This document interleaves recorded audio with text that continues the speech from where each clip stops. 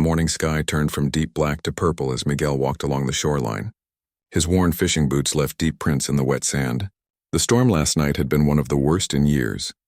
Waves had crashed against the small fishing village with a fury that kept everyone awake.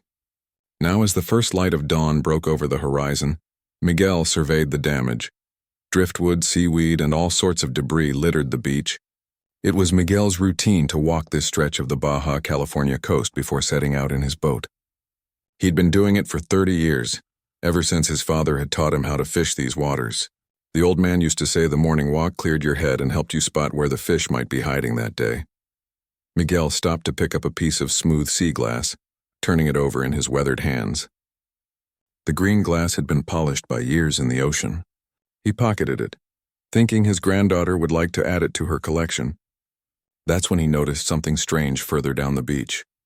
At first he thought it was just a large piece of driftwood half buried in the sand. But as he got closer, he realized it wasn't wood at all. The morning sun glinted off something metallic. Miguel quickened his pace, curiosity getting the better of him. What he found made him stop in his tracks. A large cylindrical object was partially buried in the sand near the water's edge. About 20 feet long and maybe 6 feet wide, its metal surface was unlike anything Miguel had seen before. It wasn't the rusted hull of a boat or any normal debris. This was something else entirely. What on earth? He muttered, circling the object cautiously. The shape was unmistakable now that he could see more of it. It looked like a small submarine, but not the kind he'd seen in movies or on the naval ships that sometimes pass through these waters. This was sleeker, with no visible seams or rivets. The metal had an odd quality to it, almost like it changed color slightly depending on how the light hit it. Miguel pulled out his old flip phone and tried to take a picture, but the screen showed no signal in the top corner. The storm must have knocked out the cell towers again.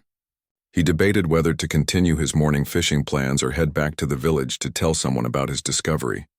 His curiosity won out. Miguel wanted to examine this strange object more closely before others arrived. He approached it carefully and placed his hand on the smooth metal surface. It felt cool to the touch despite the morning sun warming the beach. There were no markings, no flags, no writing that he could see, nothing to indicate where it had come from. As he walked around it, Miguel noticed what appeared to be a hatch on the top side. It was flush with the rest of the surface, barely visible except for a slight circular outline. There was no obvious way to open it, no handle or latch that he could see. "This is not normal," he whispered to himself, a chill running down his spine despite the growing heat of the day. Miguel decided he needed help. This was too strange to handle alone. He took one last look at the mysterious object and then hurried back toward the village. His fishing plans forgotten. The village of Puerto Esperanza was just waking up when Miguel arrived, slightly out of breath from his brisk walk. He headed straight for his son Pedro's house, knocking loudly on the door. Pedro opened it, surprised to see his father so early and without his fishing gear. "Dad, what's wrong? Why aren't you out on the water already? You need to come with me," Miguel said, trying to catch his breath. "There's something on the beach, something strange." Pedro raised an eyebrow but didn't question further. He knew his father wasn't the type to exaggerate. "Let me get my shoes." As they walked through the village, they passed Miguel's other son, Thomas, who was preparing his own boat for the day. "Thomas," Miguel called out, "come with us. We need your help." Soon the three men were making their way back to the beach with Miguel explaining what he had found. Both sons looked skeptical but followed their father without complaint. "There," Miguel pointed as they crested the small dune that led down to the beach. "See it?" The morning sun was higher now and the metal object gleamed brightly against the sand. "What the?" Thomas muttered, quickening his pace. Pedro stayed cautious. "We should be careful. We don't know what that is." The three men approached the object together. Now that Miguel had company, he felt braver about examining it more closely. "It looks like some kind of submarine," Pedro said, walking around it slowly. "But I've never seen one like this. Should we try to open it?" Thomas asked, already looking for a way to access the hatch Miguel had pointed out. "I don't think that's a good idea," Pedro replied. "We should call the authorities." Miguel nodded in agreement. "Pedro's right. We don't know what's inside or who it belongs to." As they discussed what to do, more villagers began arriving at the beach. Word had spread quickly through the small community that the Ortiz family had found something unusual. Carlos, who ran the local store, arrived with his teenage son. Then came the Gonzalez brothers, who fished the waters north of the village. Soon a small crowd had gathered around the mysterious object, everyone offering theories about what it might be. "It's a drug submarine," one man suggested. "The cartels use them to transport their goods." "No, it's too small for that," another argued. "And look at the design. This is military technology. Maybe it's from another country?" a woman suggested. "A spy submarine that got caught in the storm?" The crowd grew larger as more villagers arrived. Some took photos with their phones while others touched the smooth metal surface, marveling at its unusual texture. Miguel noticed that the metal seemed to respond slightly to human touch, warming up and changing color ever so subtly. He wasn't sure if he was imagining it, but something about the object felt alive. Pedro had managed to get through to the authorities on his phone. "They're sending someone," he told his father. "They said not to touch anything and to keep people away from it." Miguel nodded and tried to establish some order. "Everyone, please step back. The officials are coming to investigate. We need to give them space to work." Most of the villagers respected Miguel's authority as one of the oldest and most experienced fishermen in the community. They backed up but continued watching with fascination. As they waited, the sun climbed higher in the sky. The heat began to intensify, yet the metal of the submarine remained cool to the touch.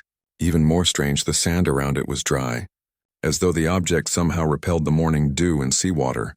"Look at this," Thomas called out, pointing to a section of the submarine that was becoming more exposed as the tide receded. "There's some kind of window?" Sure enough, a small round section of the hull appeared to be made of a different material, something clear but not quite like glass.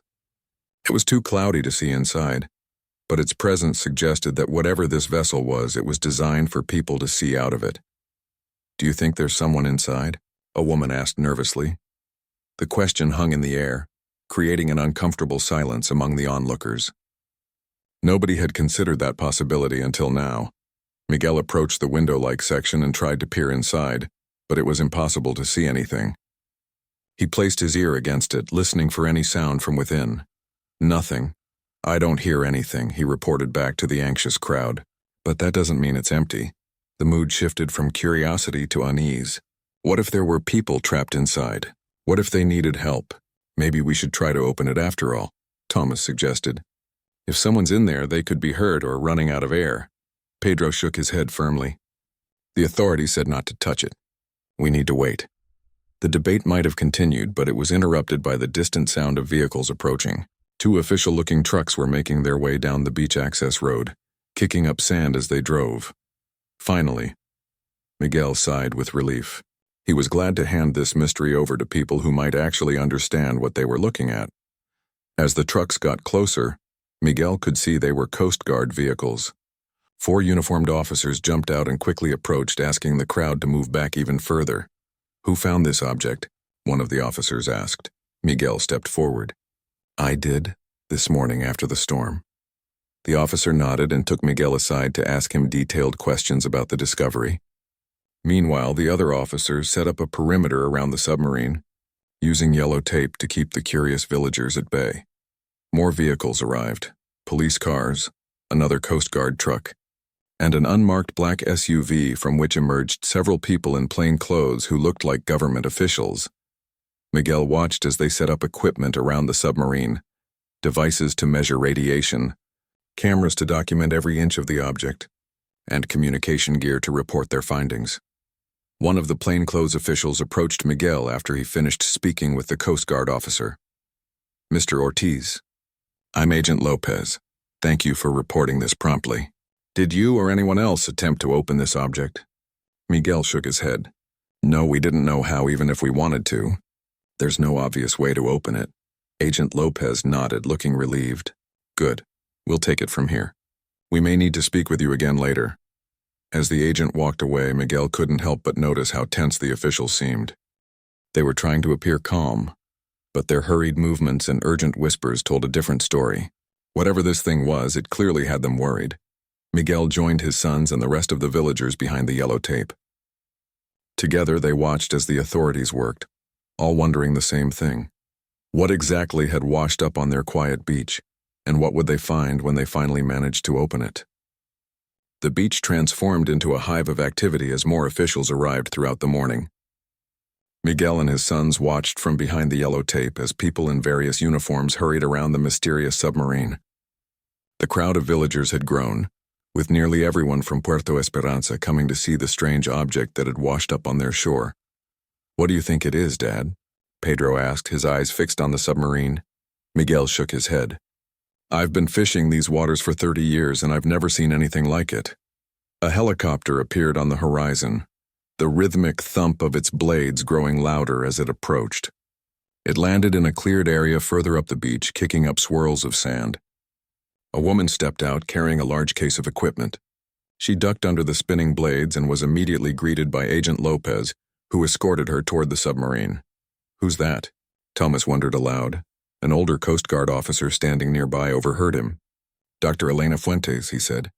"One of the best marine biologists in the country. If anyone can figure out what this thing is, it's her." Miguel watched as Dr. Fuentes approached the submarine. Unlike the other officials who seemed nervous, she walked right up to it with confidence, placing her hand on its surface. She spent several minutes just examining the exterior, occasionally taking notes or photographs. The Coast Guard officer continued. "They found no registration numbers, no country markings, nothing to identify it. It's not like any submarine design we know of." "Could it be military?" Pedro asked. "Maybe experimental?" The officer shrugged. "If it is, nobody's claiming it. We've contacted all naval forces in the region. Everyone denies it's theirs." Dr. Fuentes had set up some equipment near the submarine. She appeared to be taking samples from the hull, carefully scraping tiny bits of the metal into collection vials. "Look how she's dressed," Miguel noted. The biologist wore what looked like a normal wetsuit rather than any kind of protective gear. "If they thought it was dangerous, wouldn't she be wearing something more protective?" "They already checked for radiation and chemicals," the officer explained. "Whatever it is, it doesn't seem to be immediately harmful." As the day progressed, more experts arrived, each with their own equipment and tests to run. The village mayor brought food and drinks for the officials working in the growing heat, and the atmosphere became almost festival-like, with children playing nearby and adults speculating about the submarine's origins. Around mid-afternoon, Miguel noticed Dr. Fuentes gesturing excitedly to Agent Lopez, pointing at something on her tablet. Several officials gathered around her, their expressions a mixture of confusion and concern. "Something's happening," Miguel said to his sons.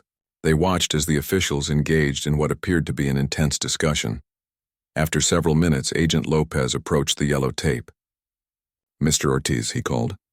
"Could you join us for a moment?" Miguel glanced at his sons, then ducked under the tape. Pedro and Thomas tried to follow, but the agent held up his hand. "Just Mr. Ortiz for now, please." Miguel followed Agent Lopez to where Dr. Fuentes was standing near the submarine. Up close, the object seemed even stranger than it had that morning. The metal surface now displayed a subtle pattern that Miguel hadn't noticed before, swirling designs that reminded him of fingerprints. "Mr. Ortiz." Dr. Fuentes greeted him with a handshake. "I understand you were the first to discover this object?" Miguel nodded. "Yes, early this morning after the storm." "And you touched it, correct? Did you notice anything unusual when you did?"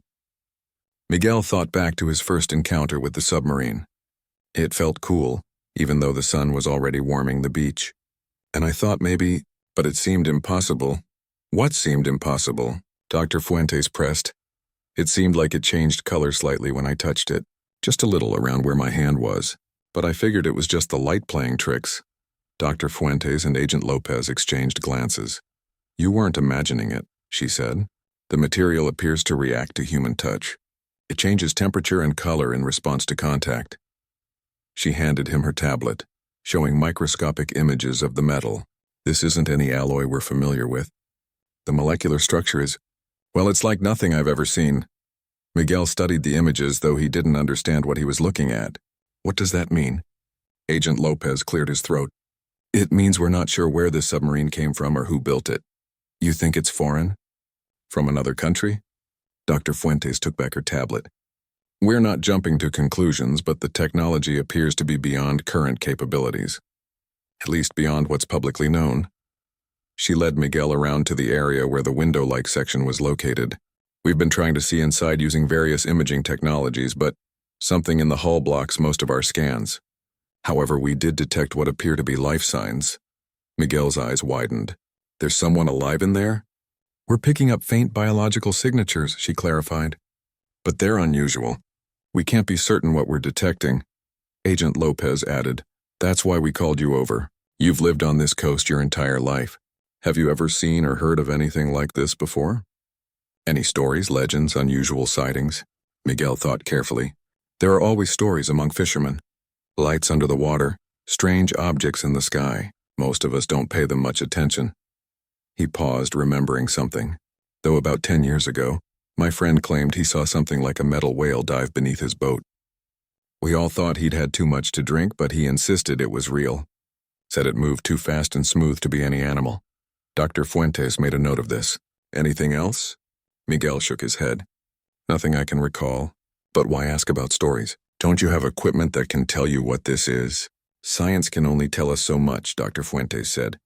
Sometimes local knowledge fills in the gaps that technology can't reach. As they spoke, a commotion arose near the submarine. One of the technicians was calling out to Dr. Fuentes. They hurried over to find several officials gathered around a section of the hull. It's moving, the technician exclaimed. The patterns are shifting. Sure enough, the swirling designs on the metal surface were changing, flowing like water across the hull. And there was something else. A faint humming sound was now coming from inside the submarine. Is it turning on? Miguel asked, taking a step back. Dr. Fuentes approached the submarine cautiously. The energy readings are increasing, but they're still very low. She placed her hand on the hull again, and to everyone's amazement, the swirling pattern seemed to flow toward her touch, converging around her hand. It's responding to you, Agent Lopez observed. Dr. Fuentes nodded. It seems to react more strongly to some people than others. She turned to Miguel. Would you try?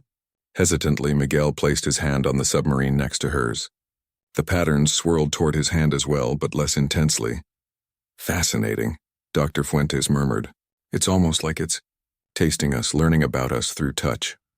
The sun was beginning to set, casting long shadows across the beach. Powerful lights were being set up around the submarine as officials prepared to continue their investigation through the night. Agent Lopez pulled Dr. Fuentes aside for a private conversation. Miguel couldn't hear what they were saying, but their body language suggested disagreement. After several minutes, they seemed to reach a decision. Lopez approached Miguel again. Mr. Ortiz, thank you for your help. You should rejoin your family now.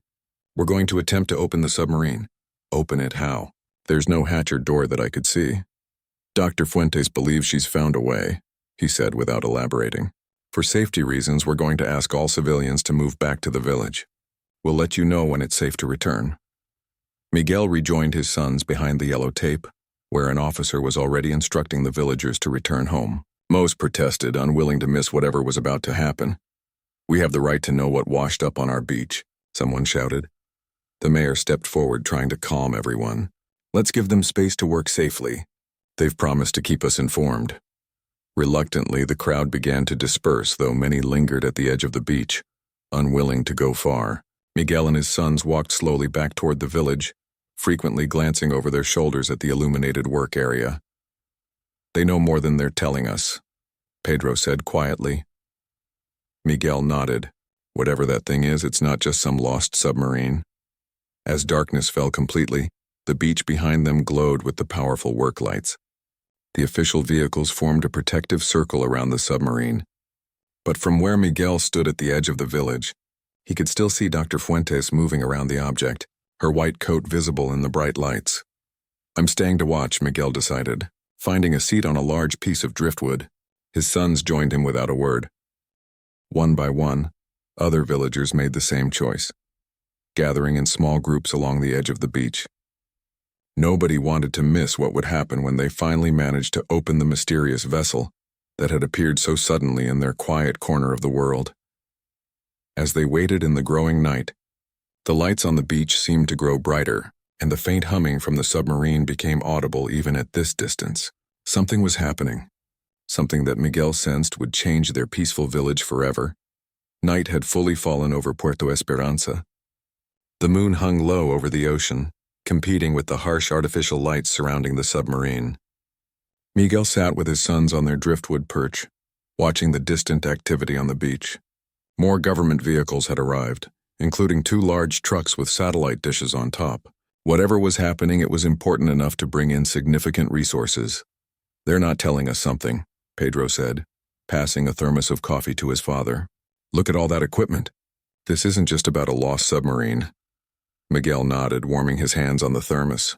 The evening had grown cool, but none of the villagers seemed eager to go home. About 30 people remained, keeping their distance as instructed but unwilling to miss whatever might happen next. "The mayor's coming back." Tomas pointed to a figure walking up from the beach. Mayor Lucia Rodriguez approached the gathered villagers, her expression serious. She had spent the last hour in discussions with the officials, advocating for the community's right to know what was happening on their beach. "I have an update," she announced, and everyone gathered closer. They believe they've found a way to open the submarine, but they're being extremely cautious. Dr. Fuentes has identified what appears to be some kind of access panel, but it doesn't operate like any conventional hatch. "Did they say anything about who it belongs to?" someone asked. The mayor shook her head. "They're still not sure. They've ruled out all known military and research vessels. The technology is unusual." "What about the life signs they detected?" Miguel asked. "Is someone trapped inside?" Mayor Rodriguez hesitated. "They confirmed there are biological readings, but they're faint. They can't tell if it's human or something else." A murmur went through the crowd at this. The implication hung in the air, unspoken but understood by all. "They've asked for a volunteer from the village, though," the mayor continued. "Someone who was among the first to discover the submarine. They think the vessel might respond differently to someone it's already had contact with." All eyes turned to Miguel. "Why would they need me?" he asked, suddenly uncomfortable with the attention. "Dr. Fuentes believes the vessel responds to human touch in unique ways. It reacted to you earlier, and they think you might be able to help them access it safely." Miguel looked at his sons, uncertain. Pedro placed a hand on his shoulder. "You don't have to do this, Dad. If someone's trapped in there, we should help," Miguel replied, though his voice betrayed his nervousness. "But why would they need a fisherman instead of their experts?" The mayor smiled slightly. "Dr. Fuentes said sometimes the simplest approach works best. And she mentioned something about the submarine seeming to choose who it responds to." After a moment's thought, Miguel stood up. "I'll go," he said. "But my sons come with me." The mayor nodded and led them back down to the beach past the yellow tape and through the circle of vehicles. The area around the submarine now resembled a small military base, with tents, equipment, and dozens of people in various uniforms and protective gear. Dr. Fuentes greeted them as they approached. She looked tired but excited, her eyes bright with discovery. "Thank you for coming back, Mr. Ortiz," she said, shaking his hand. "We've made progress in understanding this vessel, but we could use your help." She led them to the submarine, which looked even more otherworldly under the powerful lights. The swirling patterns on its surface moved slowly, like oil on water, and the humming sound had grown slightly louder. "We've identified this section as a potential entry point." Dr. Fuentes indicated a portion of the hull where the patterns converged in a circular formation. "It's not a mechanical door, there are no hinges or seams, but the material here is different. Less dense according to our scans." Agent Lopez stood nearby, looking considerably more tense than he had earlier. "We've established a protocol for opening the vessel safely," he explained. "If at any point something seems wrong, we abort immediately." Miguel nodded, taking in the gravity of the situation. "What do you need me to do?" Dr. Fuentes guided him closer to the circular pattern on the hull. "Earlier today, the vessel responded to human touch, particularly yours. We'd like you to place your hand on this section and see if it reacts." Miguel looked at his sons, who gave him encouraging nods, then back at the submarine. Taking a deep breath, he reached out and placed his palm against the swirling pattern. Immediately, the humming intensified. The patterns beneath his hand began to move faster, spiraling inward toward the center of the circle. The metal felt warm now, almost alive under his touch. "It's working," Dr. Fuentes whispered, monitoring readings on a tablet. "The molecular structure is changing, becoming less dense." Miguel felt a strange sensation in his palm, like a gentle tingling. The material beneath his hand seemed to be growing softer, more pliable. "Should I press harder?" he asked. "Just maintain contact," Dr. Fuentes instructed. "Let it respond at its own pace." For several minutes, nothing seemed to happen beyond the increased movement of the patterns. Then, without warning, the circular section beneath Miguel's hand dimpled inward, as if the metal had suddenly become as soft as clay. He jerked his hand back in surprise. "It's okay," Dr. Fuentes said quickly. "That's what we expected." The dimple continued to deepen, the metal folding inward upon itself in a spiral pattern. There was no tearing or breaking. The material simply reconfigured itself, opening a passage into the submarine. "Incredible," Agent Lopez murmured. "It's not mechanical at all. The entire hull is responsive."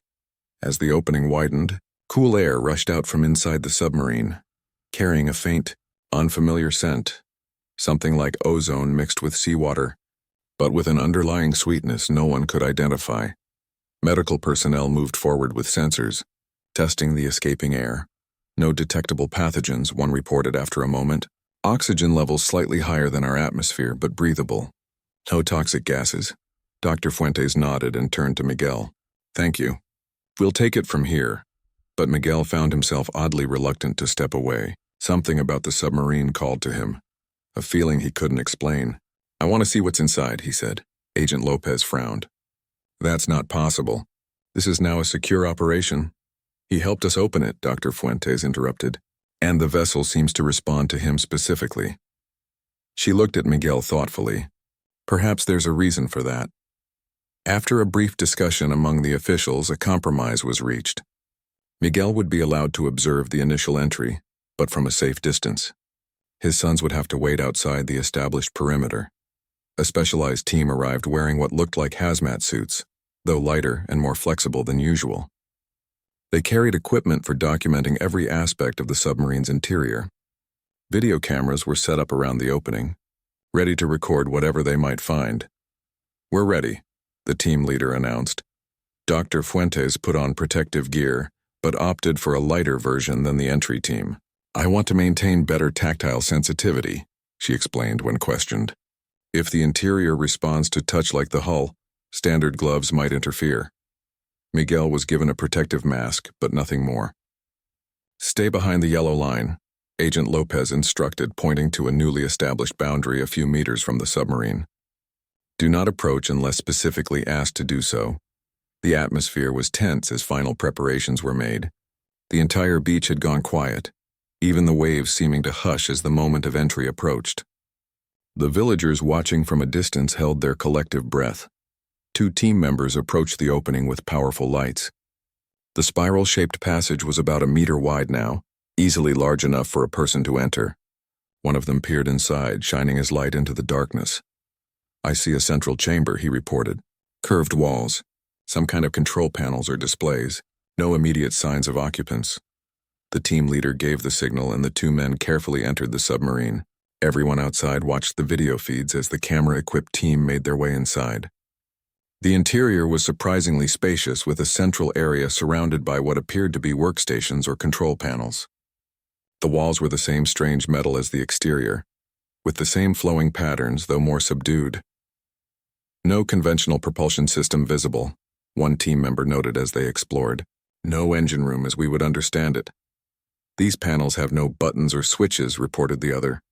"Just these indentations like handprints." Dr. Fuentes studied the feed intently. The design implies interaction through touch, just like the exterior. This technology seems built to respond to direct biological contact. As the team moved deeper into the submarine, they came to another chamber, smaller than the first. The doorway between sections had no door. It was simply an opening in the curved wall. "There's something here," a team member said, his voice suddenly hushed. The camera panned to reveal what looked like 3 reclined seats or beds, arranged in a triangle formation. 2 appeared empty, but on the third, "We have a subject." The team leader's voice was professional but couldn't hide his shock. "Repeat, we have a subject." "Appears to be, not human." The camera zoomed in, revealing a form lying on the third bed. It was humanoid in basic shape, a head, a torso, limbs, but the proportions were wrong. The limbs were too long, the head too large and oddly shaped. The skin visible on one arm was a pale bluish color, with a subtle iridescence almost like the hull of the submarine itself.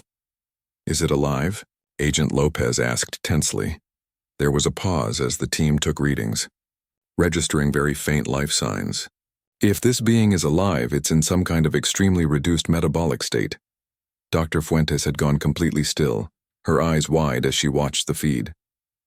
"This changes everything," she whispered. Miguel felt a strange sensation wash over him.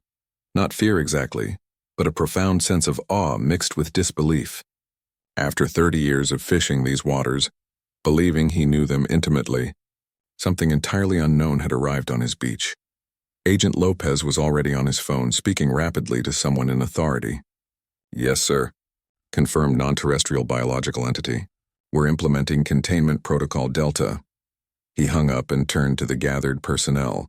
"This beach is now under full government control. No one enters or leaves the perimeter without explicit authorization." He looked at Miguel with a mix of sympathy and firmness. "Mr. Ortiz, I'm afraid you'll need to stay with us for now. There will be questions that need answering." As Miguel processed this, a commotion erupted from inside the submarine. On the video feed, the team members were backing away from the reclined figure. "It moved," one of them exclaimed. "The subject just moved." Chaos erupted inside the submarine. On the video feed, the team members backed away from the reclining figure as it moved again, a subtle twitch of long, slender fingers. "Everyone stay calm," the team leader ordered. "Maintain position and continue monitoring." Outside, Agent Lopez grabbed a radio. "Medical team, prepare to enter. We may have a responsive subject," Dr. Fuentes pushed forward. "I need to go in there." "Absolutely not," Lopez countered. "We follow protocol." "This isn't in any protocol," she insisted. "We're witnessing first contact. We need to establish communication, not treat this like a threat." Their argument was cut short by new movement on the screen. The being's large head turned slightly toward the camera, revealing facial features that were both familiar and utterly alien. Its eyes were proportionally larger than human eyes, deep and dark with no visible whites. What might have been a mouth was smaller, almost delicate. There were no visible ears or nose, just subtle indentations where those features would be on a human face. "It's looking at us," one team member whispered. His voice tense with awe. Miguel found himself moving forward, ignoring Agent Lopez's warning to stay back. Something about the being's movement felt deliberate, like it was searching for something or someone. The being's arm raised slightly, hand outstretched toward the camera. The gesture was unmistakably one of reaching out. "It's trying to communicate," Dr. Fuentes said, turning to Lopez. "We need to respond." After a brief, tense discussion, Dr. Fuentes was allowed to enter the submarine with additional medical personnel. Miguel, despite official protests, managed to convince them to let him accompany them to the entrance. "The vessel responded to him," Dr. Fuentes argued, "and if communication is possible, we need every advantage." They approached the spiral opening cautiously. The medical team carried portable equipment and what looked like life support systems. No one knew what the being needed to survive, but they were prepared for various possibilities. As they reached the entrance, Miguel felt a strange sensation, almost like a pull, drawing him forward. Before anyone could stop him, he stepped through the opening into the submarine. "Mr. Ortiz." Agent Lopez called after him, but Miguel barely heard him. He was focused on an odd feeling of recognition, as if he'd been here before. Inside, the submarine was eerily beautiful. The walls pulsed with subtle patterns of light responding to his presence. The air felt different, richer somehow, easier to breathe. The team members already inside stared at him in surprise. "You shouldn't be in here," one began. But Dr. Fuentes, who had followed right behind Miguel, raised her hand. "Let him stay," she said, her eyes taking in how the interior lighting brightened slightly at Miguel's arrival. "I think the vessel is responding to him." They moved carefully through the main chamber toward the smaller room where the being lay. The medical team followed, watching Miguel and the reacting environment with a mixture of concern and fascination. When they reached the inner chamber, Miguel gasped. Seeing the being on a small screen was nothing compared to being in its presence. Though clearly weakened, there was an undeniable intelligence in those large, dark eyes.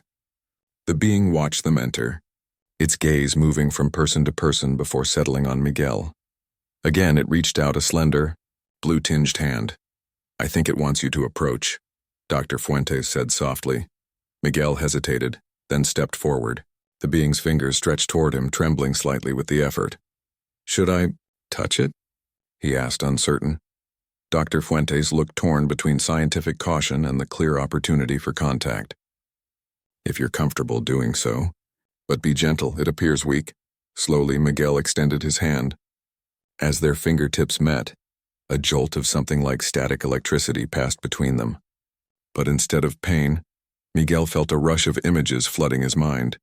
The ocean from below, stars from unfamiliar angles, strange structures on a world with a purple-hued sky.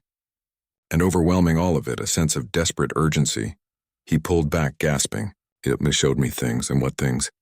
Dr. Fuentes asked intently. Before Miguel could answer, the being made a sound, a soft melodic series of tones unlike any human language. It then gestured toward one of the walls, which seemed to ripple in response. A section of the wall became transparent, revealing what looked like a storage compartment. Inside were several objects, including what appeared to be thin, metallic books or tablets. One of the team members carefully retrieved them. "They're some kind of recording devices or journals," he suggested, examining the unusual objects. The surfaces were covered in intricate symbols, swirling patterns that reminded Miguel of the designs on the submarine's hull, but more structured, clearly a form of writing. The being made another sound, then pointed to its chest. 3 small lights became visible beneath its skin, pulsing in an irregular pattern. "I think it's injured," Dr. Fuentes said. "Or ill." The medical team moved forward cautiously, scanning the being with their equipment. "We're getting readings, but they don't make sense by human standards," one doctor reported. "Heart rate, or whatever this is extremely slow. Body temperature much lower than ours. But whether that's normal or indicates distress, we can't tell." The being seemed to be getting weaker, its movements becoming less coordinated. It tried again to communicate, making a series of sounds while gesturing toward the tablets and then out toward the ocean. "I think it's trying to tell us something about why it's here," Miguel said. He felt a strange connection to the being, as if they were somehow linked through their brief contact. Dr. Fuentes was examining one of the tablets, which had begun to glow softly at her touch. Symbols flowed across its surface, changing and rearranging themselves. "This is incredible," she murmured. "It might be some kind of translation device. It seems to be adapting to our language." As if confirming her theory, the symbols gradually morphed into shapes that resembled Earth letters. Though still not quite readable, outside the submarine, Agent Lopez was coordinating with newly arrived officials. Through the opening, Miguel could see more vehicles arriving, including what looked like a mobile laboratory and additional military units. "We don't have much time," Dr. Fuentes said quietly to Miguel. "Once the full government team takes over, this first contact will become sterile, procedural. The human element will be lost." The being seemed to sense the growing commotion outside. It made a visible effort to sit up, reaching for one of the tablets. The medical team moved to assist, supporting its large head and slender shoulders. With trembling hands, the being manipulated the tablet's surface. The symbols flowed faster, gradually resolving into recognizable words, incomplete and fragmented, but understandable. "Help. Others. Coming." Everyone in the chamber froze, staring at the message. "Ask it what it means." Agent Lopez had entered the chamber, his expression tense as he read the words. Dr. Fuentes held the tablet where the being could reach it. "We don't understand." "Who is coming? Why are you here?" The being's large fingers moved across the surface again, slowly and with obvious effort. The symbols flowed and changed. "Escape. Warning. Danger follows." Before they could ask more questions, the being's strength seemed to fail. It sank back onto the reclining platform, its breathing becoming more labored. The lights under its skin pulsed erratically. "It's getting worse," the medical team leader reported. "We need to stabilize it, but we don't know how." The being reached out once more, its fingers brushing against Miguel's arm. Again, images flooded his mind, but this time accompanied by emotions. Fear, urgency, and beneath it all, a desperate hope. "It came here for help," Miguel said with sudden certainty. "It's running from something." Agent Lopez was already on his radio, ordering increased surveillance of the surrounding ocean and airspace. "If something else is coming, we need to be prepared." Outside, the beach had been completely transformed. Floodlights illuminated the area as bright as day. Military vehicles formed a perimeter, and what looked like defense systems were being set up. The villagers had been moved back to Puerto Esperanza, though Miguel could see lights from the village as people watched from rooftops and hillsides. Inside the submarine, the being's condition continued to deteriorate. The medical team worked frantically, trying to understand its physiology enough to help, but without knowledge of its normal biological parameters, they were working blind. There must be something in here, Dr. Fuentes said, searching the submarine's interior for anything that might help. Medical supplies, information, something. The being gestured weakly toward another wall section. Following its guidance, they discovered what appeared to be a medical station. Tools and containers of various shapes and sizes, all made of the same strange materials as the submarine itself. We can't just start using alien technology without understanding it, Lopez warned. We can't just let it die, Dr. Fuentes countered. As they argued, the being turned its large eyes to Miguel. Something in that gaze spoke directly to his heart, a plea that transcended language barriers. Moving on instinct, Miguel approached one of the containers the being had indicated. As he touched it, the material responded, opening like a flower to reveal a small, glowing sphere. The being nodded weakly, then pointed to its chest, where the lights pulsed ever more faintly. I think it wants us to use this, Miguel said. Holding up the sphere, the medical team looked to Dr. Fuentes, who nodded. Do it. We're out of other options. With careful movements, Miguel brought the sphere close to the being's chest. The sphere began to pulse in sync with the lights beneath the being's skin, growing brighter with each pulse. Then, as if drawn by a magnetic force, it floated from Miguel's hand and settled against the being's chest, where it slowly merged with its body. The effect was immediate. The being's breathing stabilized, and the lights under its skin began to pulse more regularly. Its large eyes brightened, focusing more clearly on the humans surrounding it. It's working, the medical team confirmed, checking their readings. Whatever that was, it's helping. The being sat up straighter, its movement stronger now. It reached for the tablet again, fingers moving with renewed purpose. The symbols flowed and reformed into a longer message. Thank you for helping. Not much time. Others of my kind in danger. Pursued across stars. Need sanctuary. Need alliance. Agent Lopez read the message, his expression grave. This is beyond my authority now. He stepped away, speaking urgently into his radio. Miguel looked at the being, now watching them all with alert, intelligent eyes. In that moment, he understood that his quiet life as a fisherman had ended. Something much larger had begun, not just for him, but for all of humanity. The being touched the tablet once more, adding a final message before its strength seemed to fade again. They are already here. As if in response to those ominous words, a low rumble shook the submarine and the beach beyond. Everyone froze, listening. It wasn't an earthquake. It sounded like something massive moving beneath the waves, something headed directly for the shore. The rumble grew louder, vibrating through the submarine's hull. Outside, shouts of alarm rose from the beach as equipment toppled and vehicles rocked on their wheels. Miguel felt the vibration in his chest, a deep bass that seemed to resonate with his heartbeat. Everyone out now, Agent Lopez ordered, grabbing his radio. Full evacuation of the beach. The medical team began disconnecting their equipment, but Dr. Fuentes hesitated, looking at the alien being who was now trying to rise from the reclined position. We can't leave it, she insisted. Whatever's coming. It might be looking for this visitor, Lopez countered. We need to clear the area and let the military handle this. Miguel found himself torn, feeling an unexpected connection to the alien visitor. We can't just abandon it. It came to us for help. The being reached for Miguel's arm, its touch sending another flood of images into his mind. Massive ships descending through clouds, weapons that seemed to melt the very air, and creatures unlike the gentle visitor before him, similar in basic shape but larger, more aggressive, with red-tinged skin rather than blue. They're hunters, Miguel gasped as the vision faded. It's running from them. The submarine shuddered again as another stronger tremor passed through the ocean floor. On the beach, military personnel were rushing to reposition, weapons being aimed toward the water. The floodlights swung seaward, illuminating the waves where something large was disturbing the surface about half a mile out. We don't have time for debate, Agent Lopez said firmly.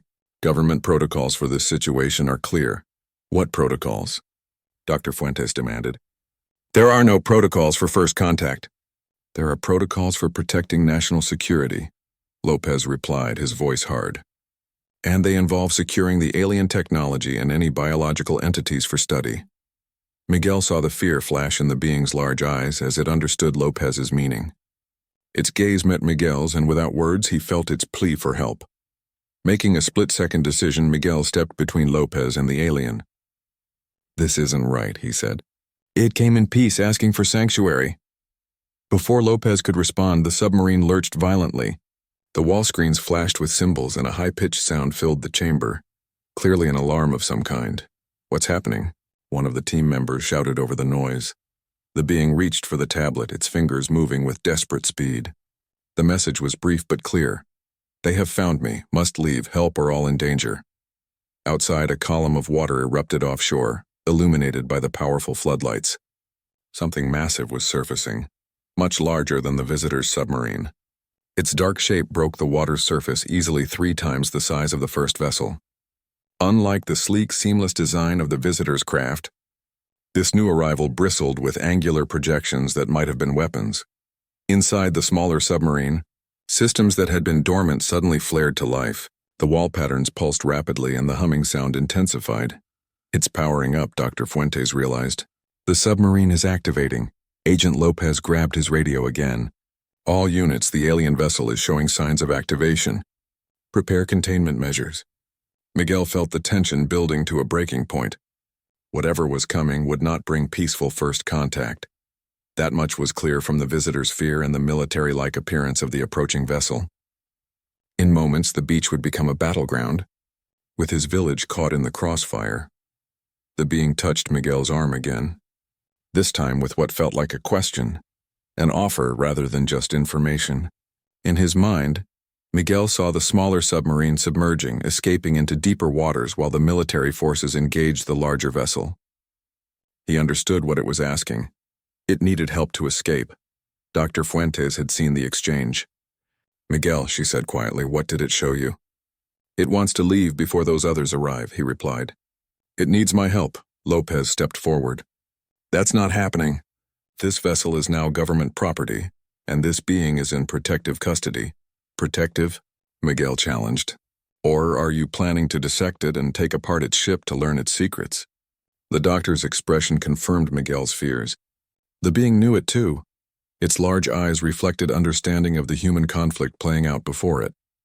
Outside, the military forces had taken defensive positions. Orders were being shouted, and the sound of helicopter rotors added to the chaos.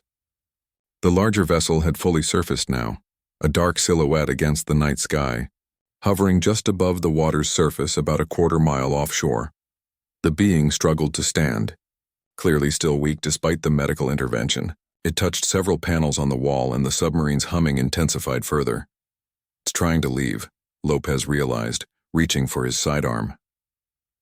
Miguel made his choice in that moment, and I'm helping it. He moved to the being's side, supporting its weight. Dr. Fuentes hesitated only briefly before joining them. This is first contact, she said to Lopez. We should be building bridges, not cages. I'm going to ensure we don't start an interstellar war today. Lopez raised his weapon. Both of you, step away from the alien. That's an order. But something was happening to the submarine around them. The walls seemed to be shifting, flowing like liquid metal, and the entrance they had used was slowly closing, the spiral unwinding and sealing itself. What are you doing? Lopez demanded, looking around in alarm. It's not me, Miguel said. I think the ship is protecting its pilot. The being touched a final panel and a soft light enveloped the interior chamber. When it faded, Lopez and the remaining team members found themselves outside on the beach, ejected safely but firmly from the vessel. Only Miguel and Dr. Fuentes remained inside with the alien visitor. Miguel! Pedro's voice came from outside. Somehow his son had made it past the military perimeter in the confusion. I'll be all right, son, Miguel called back as the opening continued to seal itself. Tell everyone in the village to move inland, away from the beach. The being touched another control, and the submarine began to vibrate with building energy. On a screen they could see the larger vessel advancing toward the beach, lights along its hull brightening to an ominous glow. "What now?" Dr. Fuentes asked, her scientific curiosity mixed with very human fear.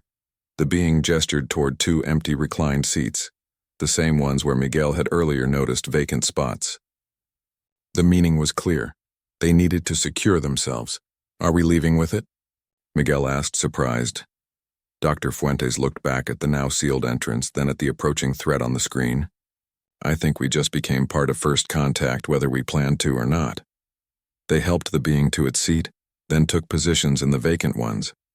As soon as they were seated, harness-like restraints formed around them, flowing up from the seats themselves like living metal. The submarine's vibration intensified. Through the view screen, they could see the beach falling away as the vessel rose from the sand. Outside, soldiers scattered and vehicles backed away. The larger alien ship had stopped its approach, hovering as if assessing this new development. "What's the plan?" Miguel asked the being. In response, it touched the tablet one more time. "Draw them away, protect your people, then I will return you." The submarine rose higher, then shot forward over the water with breathtaking speed, directly toward the larger vessel. Miguel braced for impact, but at the last moment their craft swerved, passing close enough to the larger ship to provoke a response. Beams of intense light stabbed out from the hunter vessel, narrowly missing them. "It's working," Dr. Fuentes observed as both vessels moved rapidly away from the shore. "It's drawing them away from the village." Their smaller, more agile craft accelerated further, skimming just above the waves. The hunter ship followed, its bulk moving with surprising speed. Both vessels disappeared into the darkness over the open ocean, the lights of Puerto Esperanza fading behind them. "Will your people be safe now?" Miguel asked the being. It nodded, manipulating the tablet again. "They want me and my knowledge, not your world, not yet." The "not yet" sent a chill through Miguel. "There are more of them?" The being confirmed with a solemn nod, then added to the message, "My people sent many like me, warning beacons to worlds with potential. Some will reach others like you." "Preparation needed." Dr. Fuentes leaned forward. "Preparation for what?" The answer was simple but terrifying: the coming storm. The submarine dived beneath the waves, the hunter ship following. Underwater, their vessel's capabilities became even more apparent. It moved with impossible speed and maneuverability, systems responding instantly to the being's touch on the control panels.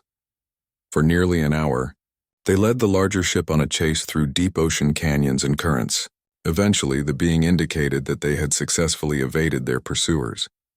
When they finally surfaced again, they were miles from shore in the open ocean under a star-filled sky. The being seemed stronger now, more at home in its vessel and environment. It moved to a storage compartment and retrieved several small devices, using the tablet. It explained, "Communication tools. Call when others arrive, my kind will send help." It handed one device each to Miguel and Dr. Fuentes. They were small, fitting easily in a palm, made of the same responsive metal as the submarine. "You're leaving?" Miguel asked, somehow knowing the answer. "Must warn others. More beacons to activate, will return when possible." Dr. Fuentes looked at the device in her hand. "This is beyond anything in our science. The knowledge you could share with us? Time for knowledge later. Now time for preparation." The submarine began moving again, heading back toward the coast, but staying beneath the surface for safety. When they neared Puerto Esperanza, it stopped a mile offshore, hovering just below the waves. Safe to return now. Hunters gone for short time. Remember, not everyone among your kind can be trusted with this knowledge. Miguel thought of Agent Lopez and nodded. "We'll be careful about who we tell. Who would believe us anyway?" Dr. Fuentes added with a sad smile. The being touched their hands one last time, sharing a final vision. Not of danger this time, but of many worlds, many peoples, united against a common threat. It was both a warning and a hope, a possible future where humanity joined something greater than itself. The submarine rose until its top broke the surface. A new opening appeared, different from the entrance they had used on the beach. Outside, the night was quiet, the stars bright. In the distance, they could see the lights of Puerto Esperanza. "How do we get to shore?" Miguel asked, realizing they were still a considerable distance from land. In answer, a portion of the submarine's hull separated, forming a small craft just large enough for 2 people. As they cautiously stepped aboard, the being made one final communication. "You are not alone in the universe, remember this." The small craft carried them swiftly to shore, depositing them on a secluded stretch of beach before returning to the waiting submarine. They stood side by side, watching as the vessel submerged completely. A brief glow beneath the waves, the only sign of its departure. Military vehicles were visible in the distance, searchlights sweeping the water. But here in this hidden cove, it was just the 2 of them, forever changed by what they had experienced. "What do we do now?" Miguel asked, the communication device cool and heavy in his pocket. Dr. Fuentes looked up at the stars, seeming to see them with new eyes. "We prepare," she said simply. "And we watch the skies." As they walked toward the lights of the village, Miguel knew his life as a simple fisherman was over. The world had become both much larger and much smaller in the space of a day. His beach, his village, his planet were just tiny parts of something vast and unknown, a universe filled with wonders and dangers he was only beginning to comprehend.